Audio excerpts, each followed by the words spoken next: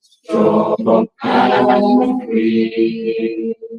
Praise is to praise, praise, blessed by redemption, screaming with style, under the flag of our land.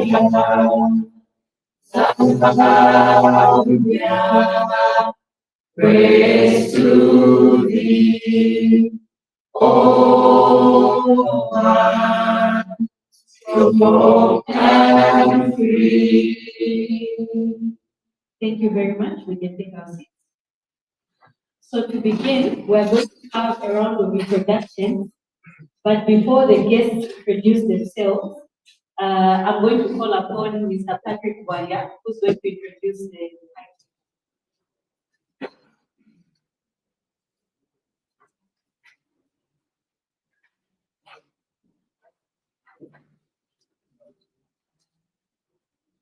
So thank you very much, ladies and gentlemen. May I have the honor to introduce the timetable, save for the ministers, which will done by the minister. So in front of us, we have the executive director of Transparency International Zambia, Mr. Boris Nande. Then we have the executive director of Zambia Land Alliance. And then we have the chairperson of the Zambia National Association for Partially Sighted, Mr. Chiara Nakaba.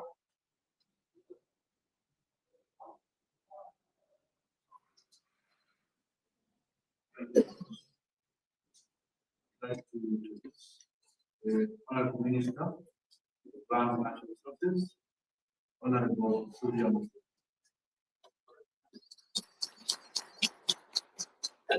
And then finally, we have the chairperson for the National Land Coalition, Mr. Emmanuel Tempo.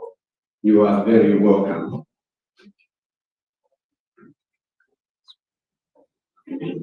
Thank you very much, Mr. Waya. So we are going to begin with this table. You can just introduce yourself, mention the institution you're from. My name is from Zambia Land Alliance. Good morning, everyone. My name is Jessica from the National Commission. Thank you. Good morning, ladies and gentlemen. My name is Barbara Soleman, the Human Resource Officer at CIJ. Good morning, everyone. My name is Lieutenant Mayondi from TIZ. Good morning, everyone. My name is Candice from TIZ Environmental Governance Office.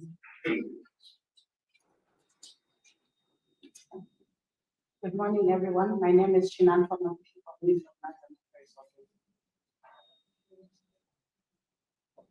Everyone, I'm Masande from the Ministry of Land and Resources. Good morning, everyone. Women, personal assistant staff. Good morning, everyone. My name is Karen Muziska from Mabuzi. Good morning, everyone. My name is Nebo Kakore from Mabuzi. Good morning, everyone. My name is Karen Muziska. I'm the director of Mabuzi and I'm the chief of the Impairments.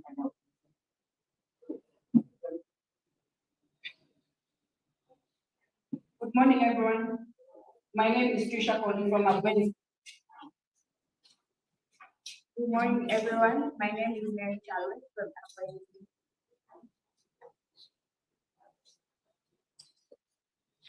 Good morning, everyone.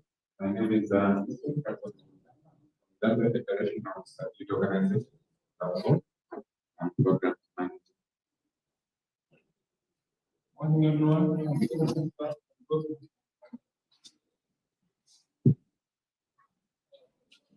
Good morning, everyone. The name is Andrew Shilika. Good morning, everyone. I'm Trisham for means of delivering education services. Yes. Good morning, everyone. My name is Shafna Kamis. I'm from Times of Zambia. Good morning, everyone. My name is Brangam Manga, a journalist from Daily Liberation newspaper. Good morning, everyone. My name is Nelson Zulu from Radio Six. Good morning. My name is Good morning. My name is Dembo Gijo, the Education Officer, Zambia. Good morning, everyone. My name is Brian Sonda.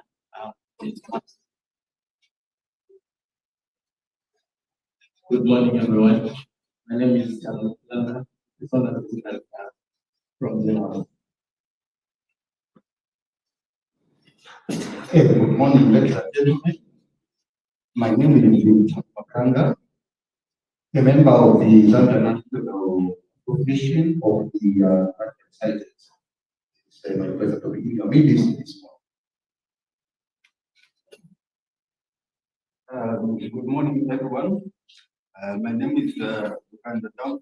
I'm coming from Zambia National Union of the Blind. I'm the General Secretary. Thank you so much. Thank you very much. And the last person to introduce himself. Good morning, everyone. My name is Blessing Sokorta, the sign language interpreter for today, coming from Children Market for Zambia, and the director for Wapatela Disability Inclusive TV show. Thank you very much. So we just want to officially acknowledge the following institutions: Zambia Land Alliance, the National Land Coalition, the Zambia National Association of the Partially Sighted, and the Zambia Agency for Persons with Disabilities. Thank you so much for being with us this morning. Without further ado, I'm going to invite the Executive Director of Transparency International Zambia, Mr. Morris Nyambe, who's going to give us official opening remarks. Let's give him a hand, please.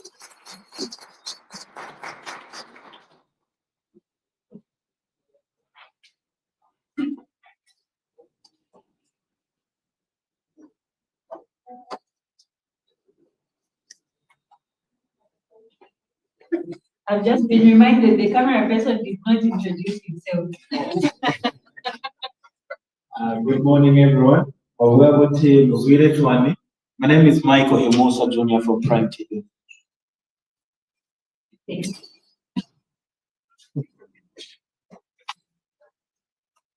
Thank you very much. And good morning. Good morning. Doesn't hurt to respond. Allow me to begin by just acknowledging our guest of honor, Minister of Lands and Resources, MP. I'd also like to acknowledge the Executive Director of the Zambia Land Alliance, Mr. Patrick Sole. Also the National Land Coalition of Zambia Chairperson, Mr. Emmanuel Tembo. Let me also acknowledge representatives from the Zambia Agency for Persons with Disabilities. I believe they're represented as well. Allow me to also acknowledge the chairperson of the Zambia National Association of the Partially Sighted, Mr. Chiala. Senior government representatives who may be here with us today. Let me also acknowledge members of staff from Transparency International Zambia, as well as the Zambia Land Alliance, members of the press, distinguished ladies and gentlemen. It is a great honor and a privilege to stand before you today as we mark a very significant milestone in Zambia's pursuit of inclusive land justice. Today we are launching Braille materials intended to enhance inclusive access to land rights for people with visual impairments. The launch of these materials represents a transformative step towards justice, equity, and true participation for persons with disabilities. Ladies and gentlemen, corruption in land governance remains one of the most deeply rooted and entrenched challenges that we face as a nation. It manifests in various ways, including bribery, fraudulent documentation, manipulation of land use planning, and abuse of authority by both the government and traditional leaders. These practices permeate every stage of land administration, from allocation and registration to conversion and compensation, and they thrive because of weak legal frameworks, opaque systems, and insufficient oversight at different levels. The consequences of these practices are devastating. Land corruption undermines public trust, it inflates land prices, it distorts fair access, and it fuels illegal land grabs at different levels of Zambian society. For persons with disabilities, especially those with visual impairments, the impact is even harsher, as they already navigate layers of exclusion and discrimination. Now, our report, This Beautiful Land, which we launched in May last year, revealed how corruption and discrimination combine to create a vicious cycle that disproportionately affects marginalized communities. Persons with disabilities face systemic barriers, discriminatory attitudes from officials, inaccessible infrastructure, unaffordable fees, and limited representation in decision-making. In some instances, land earmarked for their empowerment has been misappropriated for illegal activities such as logging, thereby eroding confidence in public institutions and denying these people their rights. Distinguished guests, ladies and gentlemen, in August 2024, TIZ convened a consensus building workshop with 17 representatives from organizations of persons with disabilities. The discussions during this workshop revealed troubling realities: limited awareness of land rights among persons with disabilities, resettlement schemes that failed to retain them, and instances where offer letters were reportedly sought by officials. These practices deepen exclusion, but also entrench poverty. From those deliberations, we developed the following actionable recommendations. Number one, that there be at least 10% of land allocations reserved for persons with disabilities. Secondly, that land application processes be simplified and adapted in order to ensure accessibility. The third recommendation was that representation of persons with disabilities in land governance structures and integrity committees be guaranteed as envisioned under Article 173 of the Constitution of Zambia. The fourth recommendation, Honorable Minister, was that accessible information tools, including the Braille materials that we are launching today, be developed by different stakeholders. And last but by no means least, our recommendation was that there be speedy implementation of the 5 statutory instruments under the Disability Act in order to improve service accessibility for persons with disabilities. Ladies and gentlemen, Honorable Minister, on the occasion of today's launch, we would like to reiterate these recommendations and to call on all stakeholders in that respect to strengthen their resolve to make these recommendations a reality. Today's launch of the Braille materials demonstrates what is possible when we listen, when we collaborate, but also when we act. It sends a very clear message, which is that inclusive governance is not an optional convenience, but an essential element for ensuring that no one is left behind in promoting equitable access to natural resources. We have heard, Honorable Minister, ladies and gentlemen, His Excellency the President, really emphasizing that no one should be left behind when it comes to our development prospects. So what we are doing today is essential in ensuring that we contribute to that very noble cause. When we ensure that persons with disabilities are empowered to know their rights, to claim their rights, and to defend their rights related to land, of course, we are taking a firm step towards dismantling cycles of corruption and exclusion. In conclusion, as we celebrate this achievement today, let us commit to doing more. And I'd like to throw this challenge to all of us here, that we should commit to doing more. Let's go beyond the barest minimums that we have been able to do. We should continue to build systems that reflect fairness, that reflect inclusivity, transparency, and accountability at all levels of our society.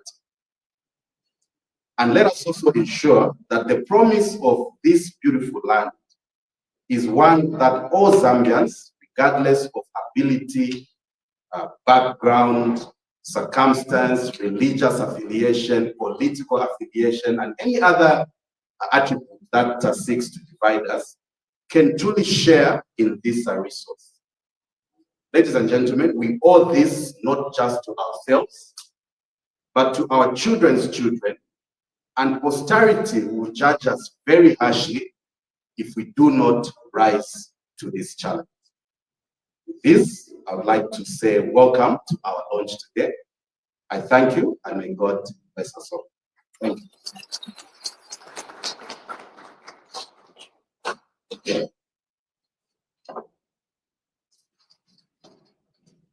Thank you very much, Mr. Nyambe. Now we are going to have a presentation of the overview of the Braille materials and dissemination strategy. And this is going to be done by our Citizens Engagement Officer, who is also the project officer for this project, Mr. Patrick Chilubya-Wali.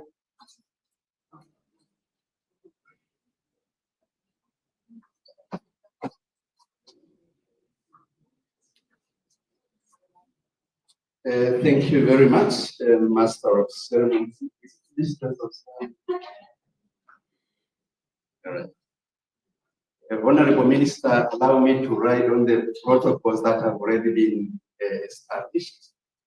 My role here is just to give a short background to the materials that we are launching today, and I'll cover a little background information, global statistics, Zambia-specific findings, the engagements, material produced, and the dissemination strategy and outreach activities. In the opening remarks, the Executive Director has referred to this report, this beautiful land, and this was the starting point of this campaign, whose results we are launching today. From that report, it has been mentioned, corruption and discrimination intersect to deny land rights, because persons with disabilities suffer a double tragedy. You know, disability hits them, then corruption also hits them, and then they are denied land rights. So persons with disabilities are excluded from land governance, and like already mentioned, offer letters sometimes are given and sought either by themselves or through agents. And resettlements that have been created through government sometimes haven't worked well for the good of the PWDs because of the environment under which they are put. There is this quote which is attributed to Nelson Mandela, that land is life. Without access, dignity and development are denied. Honorable Minister, we are told that 1.4 billion people globally rely on land for its survival, for our survival. And this shows how important land is. Women own less than 20% of the world's land. And 65% of global conflicts are related to land.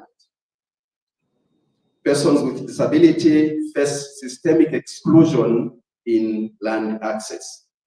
This forms the background under which we are working. As already mentioned, persons with disabilities face bribes to access state land, displacement from customary land, and sometimes due to their nature, they are not even considered by our traditional leaders, and lack of accessible infrastructure in situations where they may want to do that. Honorable Minister, it's not far from now that we witnessed an example of a land scheme for persons with disabilities that was abused for illegal mukula logging. And this just shows us how we take advantage of the vulnerable in society to benefit our pockets. We had engagement meetings, as already mentioned, in August, where 17 OPDs participated. And the key recommendations have already been mentioned. The need to reserve 10% for land for PWDs, simplifying the application processes, and ensuring that PWDs representation in land governance is done, and also develop accessible materials, that is Braille, large print, and in digital formats. What have we produced? What we are launching today are 1,000 Braille land rights booklets, 1,000.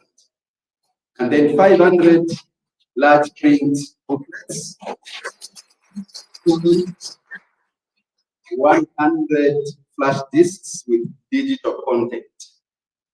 So all these materials contain land rights, application procedures, and anti-corruption safeguards in obtaining land, which is very important. Distribution strategy overview.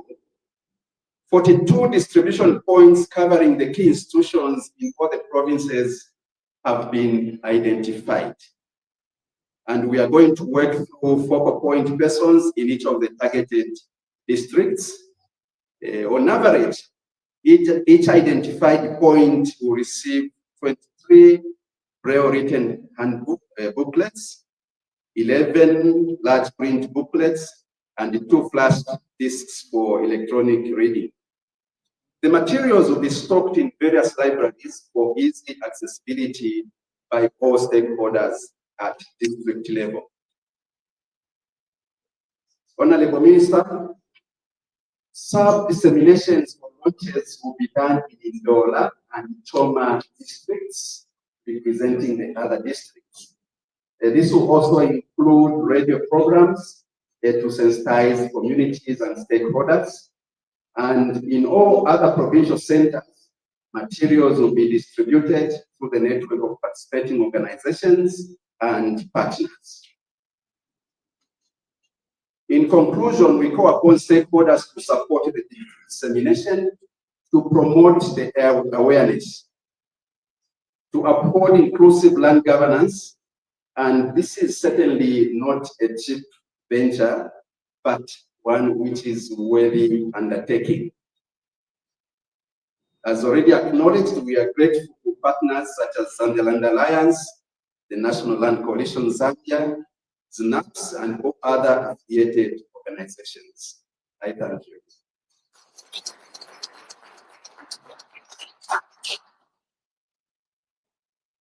Thank you very much, Mr. Bagia.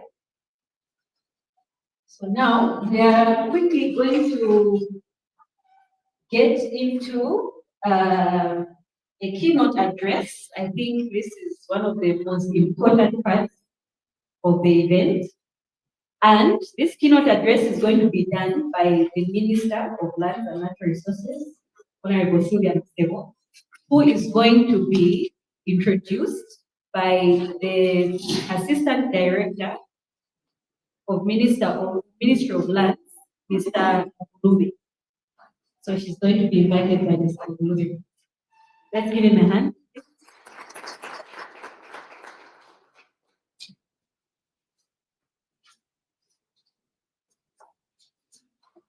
Director of Programs, allow me to write on the protocols already observed.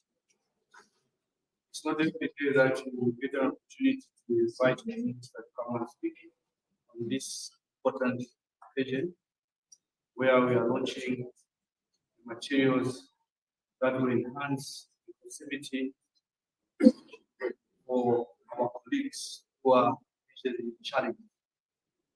As earlier all noted, indeed, land rights are supposed to be human rights. At this moment, allow me to call upon the Honorable Minister of Lands, Madam Sylvia Muskel. Honorable Minister.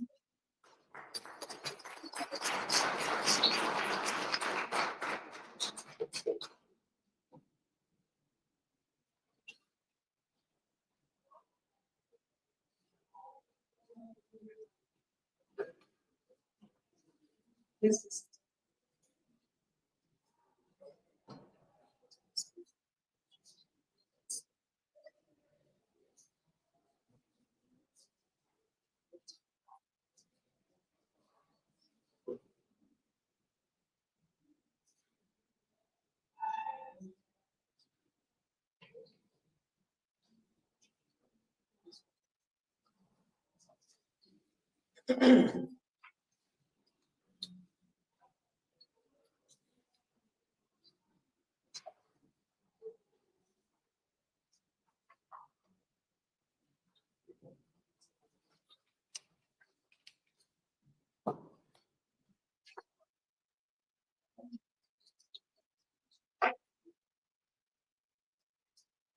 Good morning. Morning. Good morning. Good. And good morning. Thank you. First of all, allow me to thank and also recognize the organizers of this very, very important event this morning, Transparent Management Summit, and Ms. Jambe in particular, the CEO and your team. And also, let me be allowed to write on all the protocols that have been already observed, taking into account the High Table and Alliance and the others on that table. Because you have decided that I'm going to give a keynote speech, you allow me to be a little bit real. I'm totally nowadays not very happy with the ceremonies, just for the sake of the ceremony, or reading a statement that has been prepared by somebody, and then you walk away, and it's just end of story. I'll start from the two statements that have been delivered this morning. Firstly, by TIZ, and then, of course, the last one before me. And the first point that I got from that is that today I've been invited at this very important event to grace it, to launch these Braille materials. And I've also learned that this is culminating from a series of meetings and workshops from last year. And I see that the works that we did were specifically meant for Ministry of Lands. I'm sorry to say that I'm hearing about this today, but I'm very happy, therefore, and pleased that I was invited. It's really humbling, and also it's a great honor for me that you have invited me to give the keynote speech. I suppose that being asked to give this keynote speech will help me to understand and appreciate the issues around this important subject matter of inclusiveness, leaving no one behind. I've heard this leaving no one behind from many sectors. And of course, it's a principle in our development agenda that whatever we do, whatever sector, we must ensure that it is inclusive.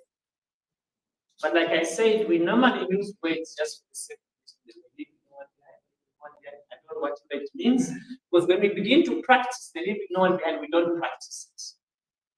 And today we are looking at a specific sector or a section of our population and our communities who are called ably disabled persons, in particular from the visual aspect of it. And we are looking at that team of people that are constituting almost 11% of our national population. Very big number, it must be 2.5 to so million Zambians who are not able to access information because of this visual disability or impairment which they have. And Transparency International, working with other civil society organizations, met last year to see how best we can include them. But in doing that, they noticed certain issues. And I think one of the issues they brought out is corruption, segregation, and just deep-rooted system failures in the process of acquiring titles. And of course, one of the issues they brought out was how can we bring the issue of materials which our colleagues can access and get to understand. I was whispering to the GIZ, I said those years, 20, 25 years ago, when you talk about land procedures, they were common from the local government systems, local level up to the national. People knew what the processes were, the procedures that were. I said to him, I said, I'm not even sure myself about the land procedures anymore. At least myself. I don't know about you. But from what you have written, of course, clearly, we still have challenges, a lot of challenges. And it looks like we have not gotten better from 2 decades, if I may refer to 2 decades. And we find a good number of our citizens unable to access. And I'll tell you that it's not just the visually impaired persons who have that problem. It is anybody who just doesn't have money, anybody who is poverty-stricken. Poverty-stricken in terms of resources, in terms of information, in terms of your ability as a human being, and of course, many other factors, either because you're female, or maybe you're still young, maybe you're pregnancy, old, and so on and so forth, either because of distance, or you're not educated enough to read, to understand. So we find a lot of people that are being excluded from the policies, from governance issues relating to land. And I see that the other presenter was talking about land and corruption. I'll be the first one to admit that yes, there's corruption in land. And yes, it is deep-rooted. And yes, it's not easy to take out. And we have a long way to go. A long way to go, because even when you have those of you that have information, the manner of distribution of that information is still not yet effective. And I think over decades, we seem to be losing communication with the many Zambians so that no one is left behind. We talked about your conference last year in August. I've said I've only heard about it today. So what methods did you use to communicate whatever you did? I've wasted 1 week. I've learned something. I mean, I'm being serious. So I think you need to start looking at your strategies. What's the second percent? Yeah. You need to look at the strategies. And even as you were talking about your strategies in this last presentation, I was whispering to the TIZ CEO and I was saying, I said, look, you're talking about offices. There are 116 members of parliament offices that have been established countrywide. And there's a library within that. You see, some offices are very heavier. If you're talking about the office of the PS, how many people can access that? People are scared. Talking about the district commissioner, also people are scared. At least when you go to the office of the person that has been elected, normally elected people are normally elected, not by you people ties. That idea you said, the audience. Normally it's the vulnerable that elect us. So it's easier for them to come to my office at the constituent's office and say, it's very easy for them.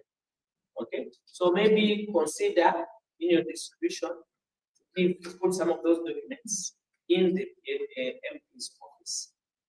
The other office, of course, that is second or most important than even the MP's office is the councillor's office, except that the councillors don't have offices. to now. They still use their residential addresses as offices. So it would mean the council. So the council is a very important central point for the whole district. I think one of the challenges that I've discovered mainly faced by many bodies, especially non-government organizations, is that when it comes to getting to meet the communities, they kind of normally leave out the government structure. But I want to say this to you.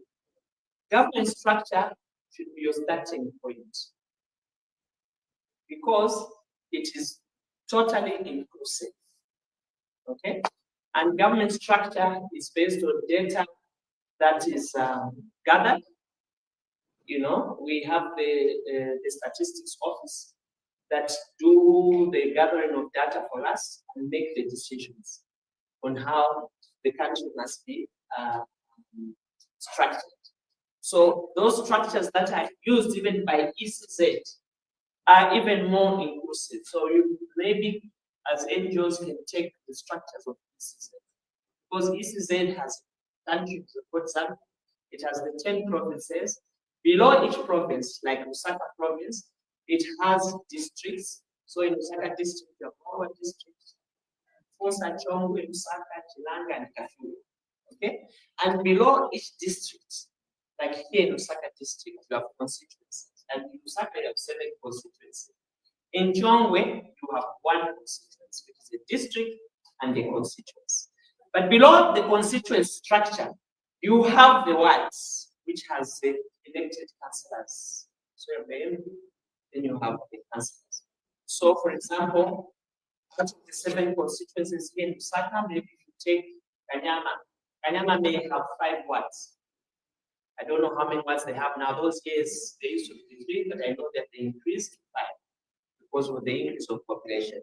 So when you have a district like Chongwe, I don't have 6 wards or 7 wards, I have 21 wards. So I have 21 elected councillors just in Chongwe district, and then which is Chongwe constituency. So you must use those structures. But within the councillors' jurisdiction or boundary, the councillor has what is called communities. Okay, but in the elections, we call them polling districts, voting districts. They are districts. Okay. So, for example, you may have a ward. I'll give you a nearby ward. Maybe let me take Tandavale ward, but Tandavale may not be known. I'll deliberately take Palavana ward because Palavana, you know Palavana because of roads. So Palavana ward has 1 councillor, but that councillor has different communities, and those communities are about 6 of them. So he has, for example, the state lodge area, which falls under that one. Okay, he has the Palavana Central, where there's Palavana University, and that whole community, that's a polling district, and that is a community. And then from there, you have another area where there are farms called Watasha at the other communities. Okay, so they have about 6 of those communities. So why are those communities important? Because even the ECZ has made and declared it a polling district area because of the number of human beings living there. Some of those who are able to vote, which is about from 18 years going up, and you'll find when you look at those registers from ECZ, you'll see the number of people in each of those areas. So when you are talking about distribution, my advice to you as NGOs is just try to use the boundaries under the ECZ, then you leave no one behind. Anything else, forget. Just scratch it. Then you can share, because of course TIZ cannot cover everything, but you have different quotas. You can say, okay, TIZ. I know you normally say TIZ will be Nwapula, the other one will be Copperfield, but the living out still continues, because when you are in Nwapula, you are just at the border and the nearby wards and nearby polling stations, but you still leave those who are really disadvantaged. And we have a lot of, disabled persons in far-flung areas where nobody has ever touched. So we need to be systematic. And then, of course, when you have these meetings that you have, maybe you call a director, you call a permanent secretary, make sure that the political head has also been engaged. Because we are two different people. We've got implementers and we've got policymakers. Now, if the policymaker doesn't know what to solve, there's no way that policymaker will bring it up. You'll be lucky if the implementers can also make it a policy. Because sometimes it happens, depending on the goodness of a human being. So let's not depend on the goodness of a minister or the goodness or the effectiveness of a director or a PS. Take them as separate entities. Have you engaged the PS? Have you engaged the political head? Have you engaged the specialized person, the technical person? So look at the specialized, that is the technical person within your department. So if you are dealing with issues of land, we'll be looking at somebody like the director of lands. Of course, then if you are looking at the key executive director in that regard, we'll be looking at the commissioner of lands itself. Okay? So if you are dealing with issues of planning, money, personnel issues, we'll be looking at the director of human resource or maybe the director of planning, but then you have to see the permanent secretary in that ministry. When you're done with those, then you look at the political head and engage the political. So when all those groups, the implementers decide, the policymakers decide, understand the issue, it becomes easy. People have different priorities with these offices, different priorities. Okay, I can come here, read and walk out and wait and do other things. So we have to find ways, effective ways and means of working between the civil society and government. Okay? I'm saying this because the last time we tried as a ministry to come up with a policy, which was Bill 13, the first people to say no were you guys. The land, not the land alliance, they said whatever you have. And of course, my first instruction, I said, so what are they opposing, which they have not even had a discussion with anybody in the ministry. They just read and they went and had a press conference in the continental and said we are against. You are against what? You are against yourselves. The people from the Land Alliance will tell you if they are honest with you. That was one effort to quickly try and help the poor, the marginalized. But I understand Zambia is for those in Lusaka. Zambia is for those who are educated. Zambia is for the civil society with money. Zambia is for the donors. And so sometimes you don't take time to engage with the government. It's your government.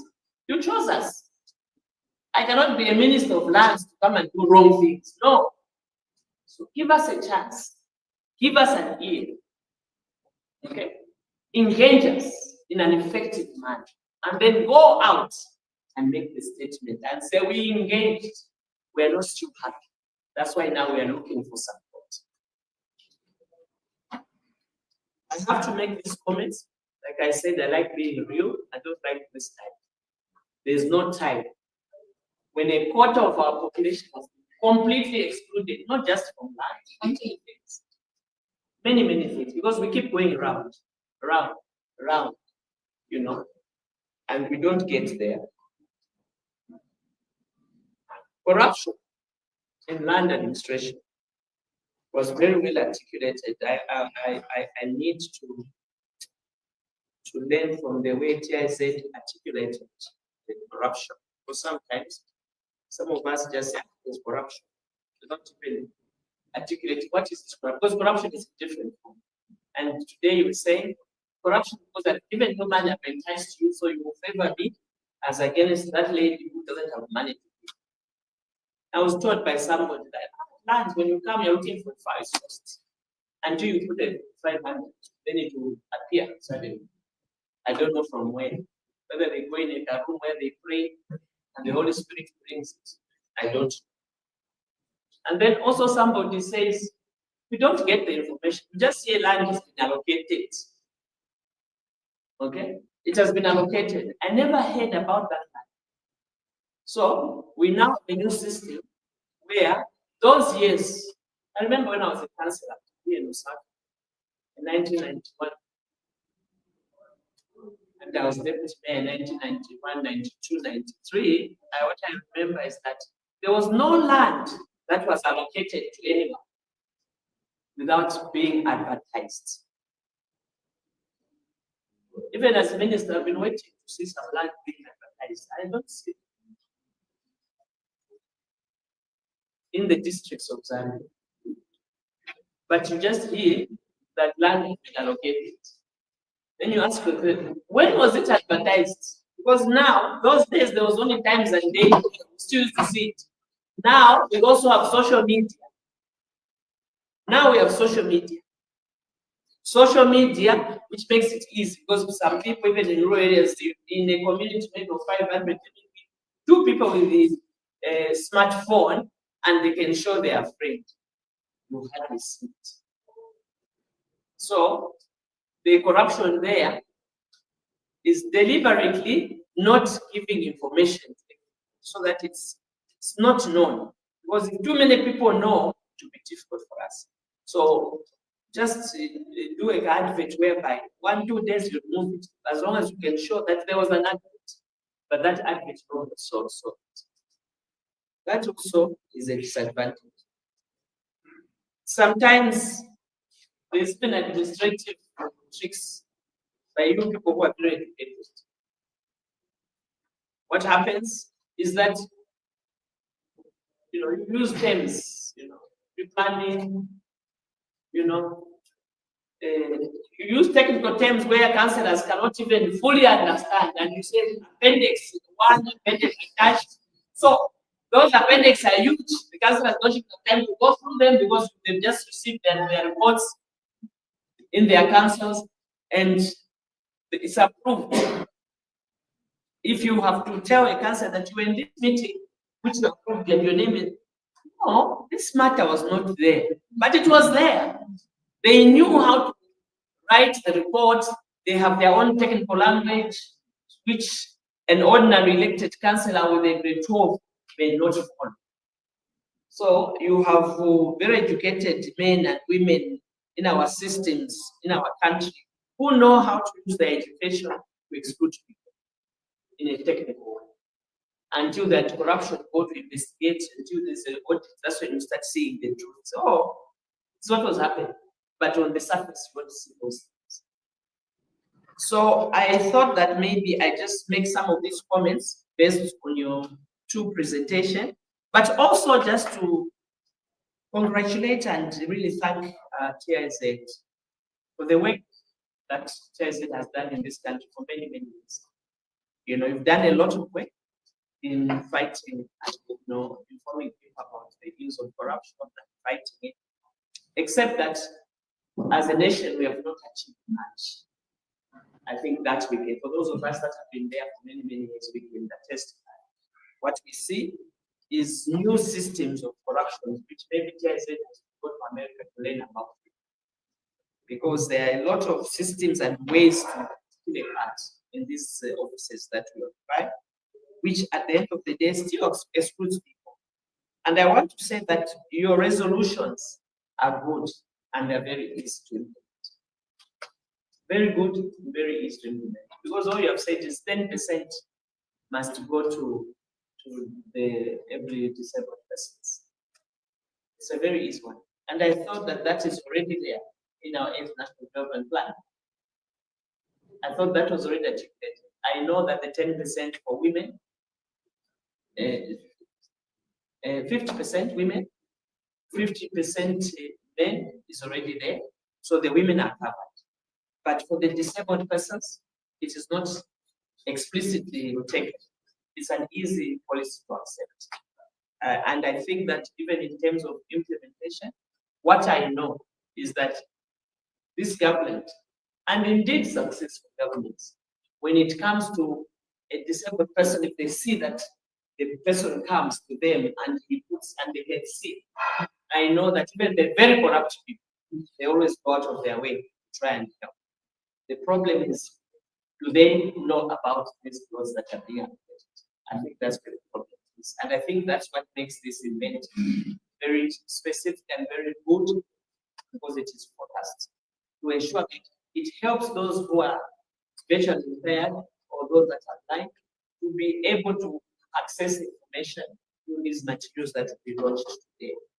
So thank you very much for this work that you have done, and I can only wish you God's guidance and God's blessings.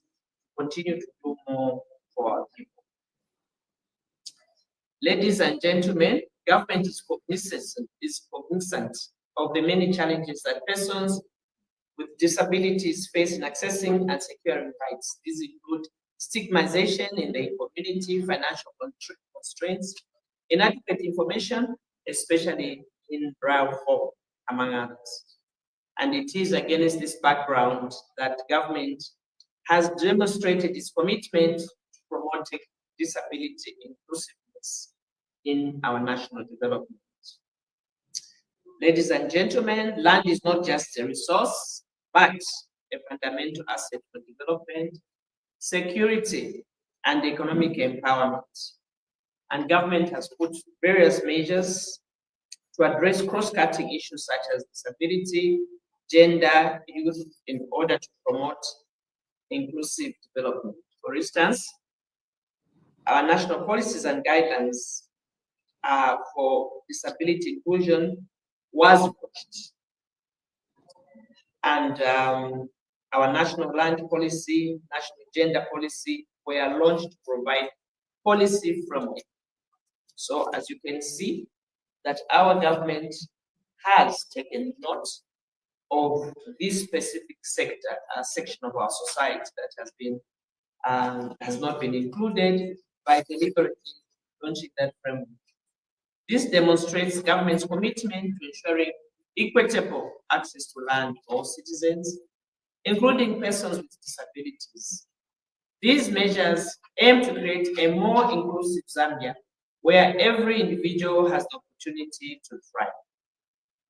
Ladies and gentlemen, my ministry is currently reviewing legislation related to a number of issues within the ministry. We have the Lands and Deeds Act, which is undergoing review. We also have the Lands Act going under review, and we also are looking at the circular number 5 of 1985, which is our main tool for everyday administration of land. We're also looking at that.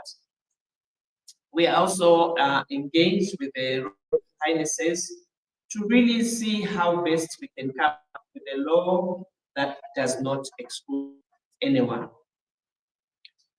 So we need to re-strategize and see how persons with visual challenges can be brought on board. We need to study what other countries are also doing in this area. But obviously, even locally, the work that our organizations such as SAID and others are doing to actually, we will also look at that. As I've already indicated, the suggestions that you have taught, for example, ensuring that 10% of land be reserved for persons with disabilities is a very easy one, and we can capture that in our statutory instrument that we are working on to upgrade the current guidelines which the administration implements. So that one I can assure you that we will take it on board. Materials ensures that land-related documents are accessible and understandable, allowing individuals to independently exercise their rights with minimal dependency on others to interpret crucial legal documents. Further, Braille materials provide a direct physical way for individuals who are blind to read and comprehend land-related documents, which is a fundamental right to accessing information. I must commend again Transparency International Zambia for the gesture to compliment government's effort in promoting inclusivity in development. I'd like to urge other civil society organizations to emulate this gesture.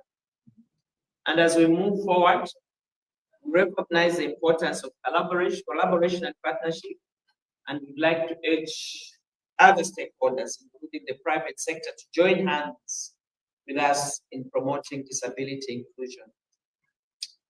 In conclusion, ladies and gentlemen, I'd like to express my sincere gratitude to TIZ for their support in making these Braille materials a reality.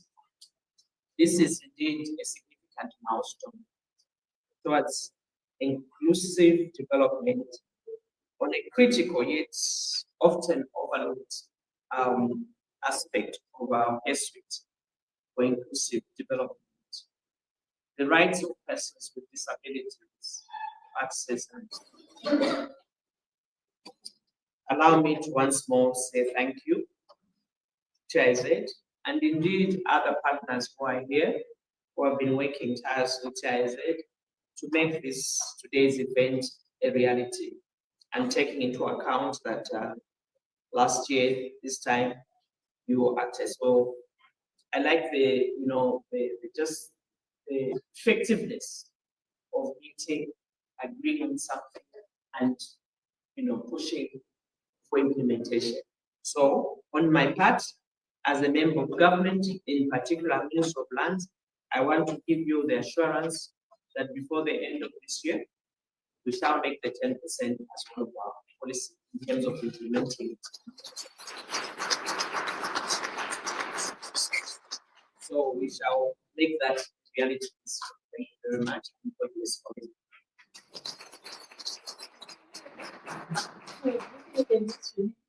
Because the next part of the program is the launch of the materials. So I'm just going to call the Executive Director, Mr. Maurice Nyambe, and of TIZ, and the Executive Director of Zambia Land Alliance to come forward.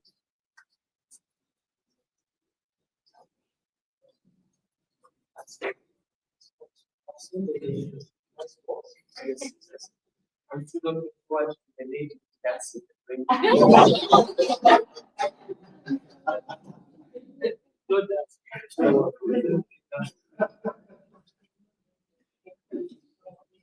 I would also like to call forward the representative from Zambia to come forward. The representative from Zambia.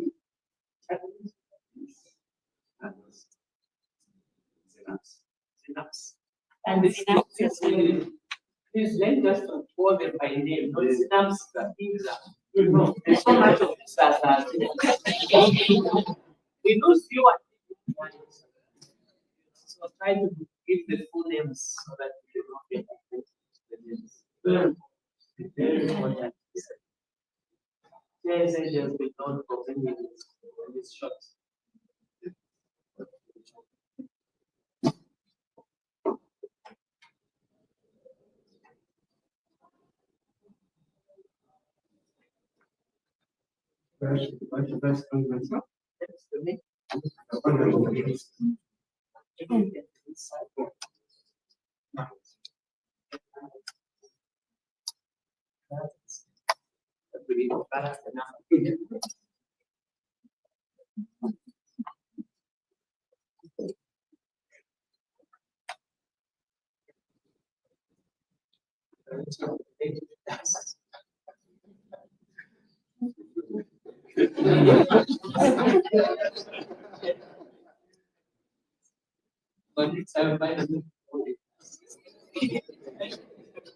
I will just count 1, 2, 3, and then 1, 2, 3.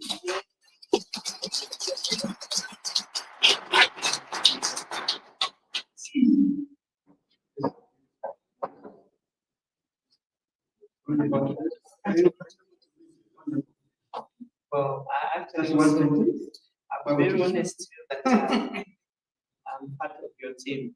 I'm also passionately Who will teach you how to read Braille? Oh, so these are the little ones. This is the flash pipes. And then the actual.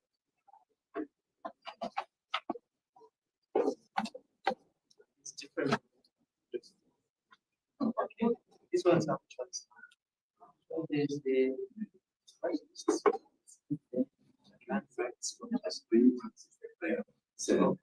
oh, I see. So okay.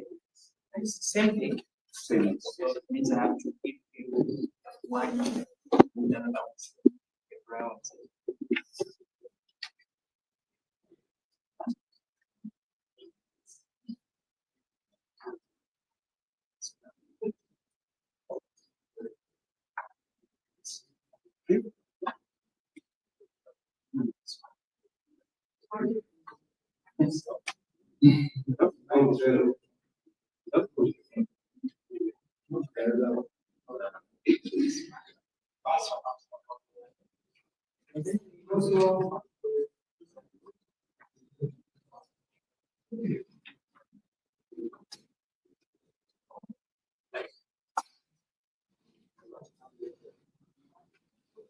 So these are the materials. I'm very happy and honored to be the one who invited to launch this very important raw materials.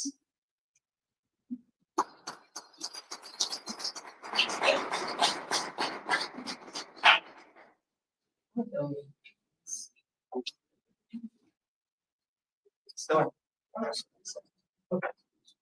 I want to assume that you know how Braille looks like.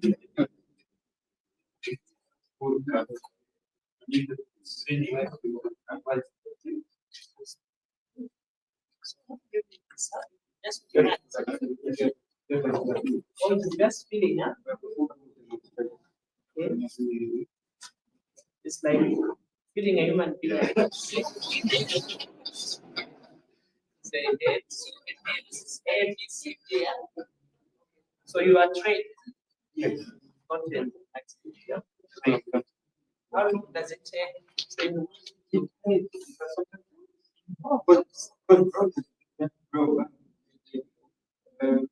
didn't want it. Oh, the one. 2 weeks time you can learn how to use Braille. Okay. One eye is synchronized. Yeah. So of course with time I might not be able to see. So very important.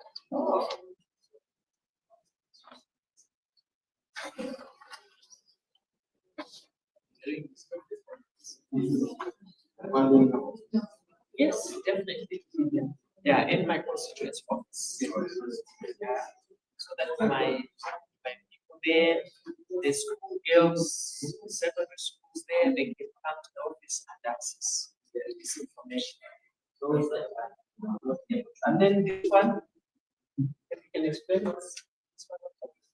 So basically the same material is also a soft copy under this one, but this allows them to electronically read. Yeah. It is this format. So that's print. Yeah. So now some of them are able to read the screen and export to this. Then it offers. This is what I. This is now for no, large letters. So like this one, I can't struggle. And this is the yellow against the black.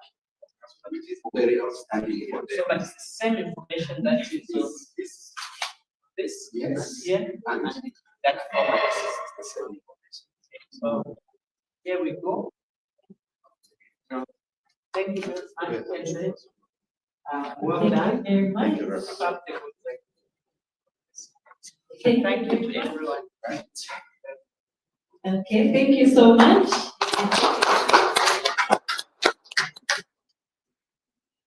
So now I'm going to call forward the chairperson for Zinaps, Mr. Nakawaj Chiala, to come forward to give some advice.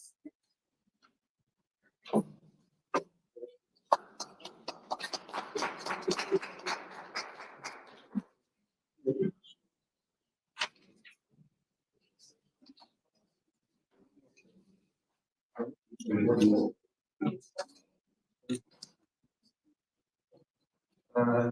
you so much. Ladies and gentlemen, let me begin observing protocols, very important. Honorable Minister of Land, Honorable Master MP, Director, Transparency International Center, Mr. Morris Captain, Land Ecological Director, represented here. Let's also recognize the presence of Zapport. Let me also recognize the presence of all organizations for persons with disabilities, Zambia National Association of the Partially Sighted. The media, very important. Today, honorables, a very important day for us, as you are witnessing the launch of Land Rights, Real Vision, and the large prints. Zambia National Association of the Partially Sighted is the organization for persons with disabilities. We are been around and we were formed in 1985. Since that time, we have been championing the rights of persons with visual impairment, persons with disabilities in our country, in the areas of education, healthy, etc., etc. Coming to this project, Zambia National Association of the Partially Sighted realized that the visual impaired persons in our country do not have access to information when it comes to land. As you are aware, land is not a luxury, it's a necessity. That a visually impaired person, you also have access, you also have right to acquire land in our country. That's why we engaged TIZ to support this project, to transcribe Braille vision and right prints into Braille, so that the visually impaired persons in our country can have access to information when it comes to that. I want to thank TIZ once more for this project. And I want to assure you that this project, these materials are launched today, will be distributed to all the provinces and some selected districts, so that the visually impaired persons can have access to this information. And I want to urge the visually impaired persons to read and understand this information, so that they should also know where to acquire land, where to give land. Here, honorable, we are talking about state land. Here, we are talking about traditional land, so that we, persons with visually impaired persons, or persons with disabilities, can also have access to the land. Honorable Minister, I'm very happy in your presentation that you are going to take on board our 10% allocation or distribution to persons with disabilities in our country. You are going to keep your promise, and we'll make sure that you follow you up to remind your office that your promise should come to reality. Honorable Minister, your government, our government, under the leadership of Mr. Againde, President of the Republic, has come up with policies. You mentioned in your what is the land policy, you have what the Land Act is under review. And I saw you in Parliament when you were presenting the BFT, the land bill in Parliament. You articulated very, very well. Now, this policy is honorable minister you have mentioned. Yes, while you appreciate the acknowledgement of persons with disabilities, you have still have a lot of gaps. As you are reviewing the Land Act, please make sure that issues concerning persons with disabilities are well captured in this policy formation. As not even captured, we need also implementation of these policies so that persons with visual impairment, persons with disabilities, they should also have access to land. This is our land. We would also right to land. We would also right to access land. So ask your office to be open so that when you come to remind you what your patient is, you should receive it. We should receive as we call that. We want to go to sleep until we make sure that our people out there, they should have access. They should also acquire land just like anybody else. With these few words, TIZ, please, let's continue the same journey we have started. Let's strengthen our partnership we have started. Land Alliance, Land Ecologian, please, we really treasure your support. OPDs, I want to thank you once more for finding time also to come and be with us and launch this project. I want to make sure that next week we on the Copper Belt and Southern Province to make sure that this information is well distributed, this information is well disseminated to visually impaired persons. With these few remarks, I want to thank you and thank you so much.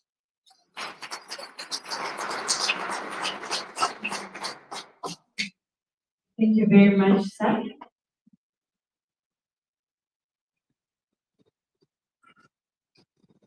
Now I'm going to call upon Mr. Chandemamulanga, who's the selected beneficiary, who's going to demonstrate how the Braille reading works. So I'll call him forward, Mr. Mamulanga. Actually, but we can also so that you can come and see.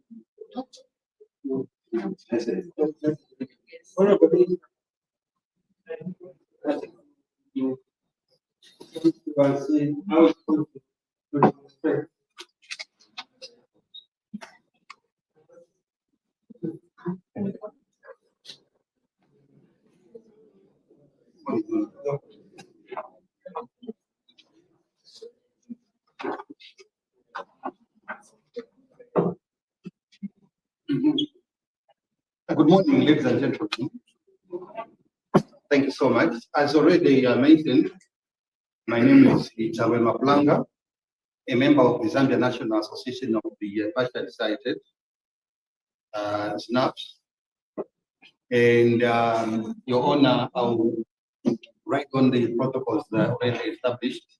For my role this morning is just to read and demonstrate the Braille version of the land rights for persons with visual impairment.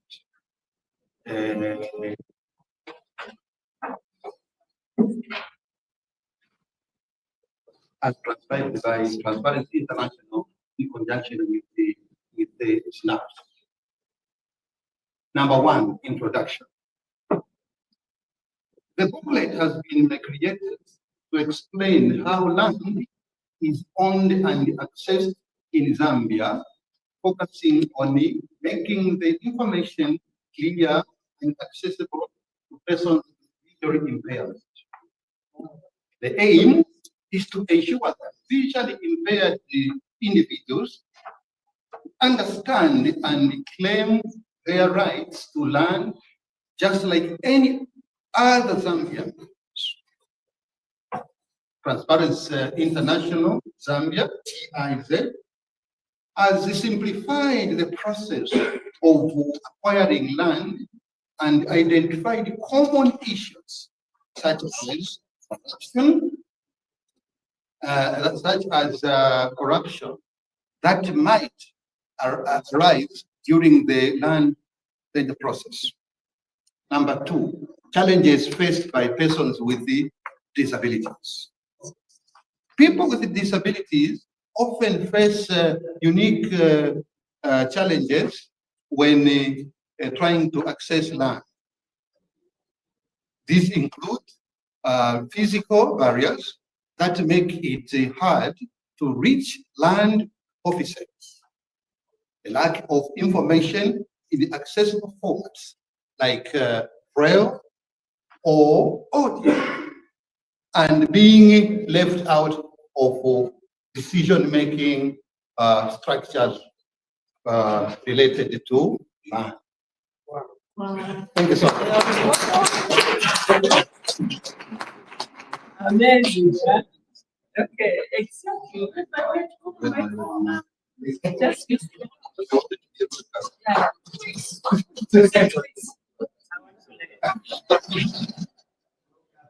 Thank you very much, Mr. Mablanca.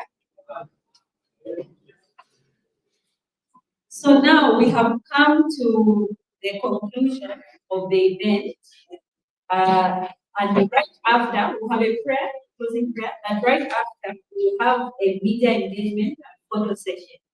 So right outside, just at where the cars park, the entrance of this particular conference room, we'll pause for a photo together with the minister, and after that, we can network. Lunch has also been provided as well, so you can stay back for lunch, and you'll be given. So now we are going to have a closing prayer by Ms. Barbara, our Human Resource Officer.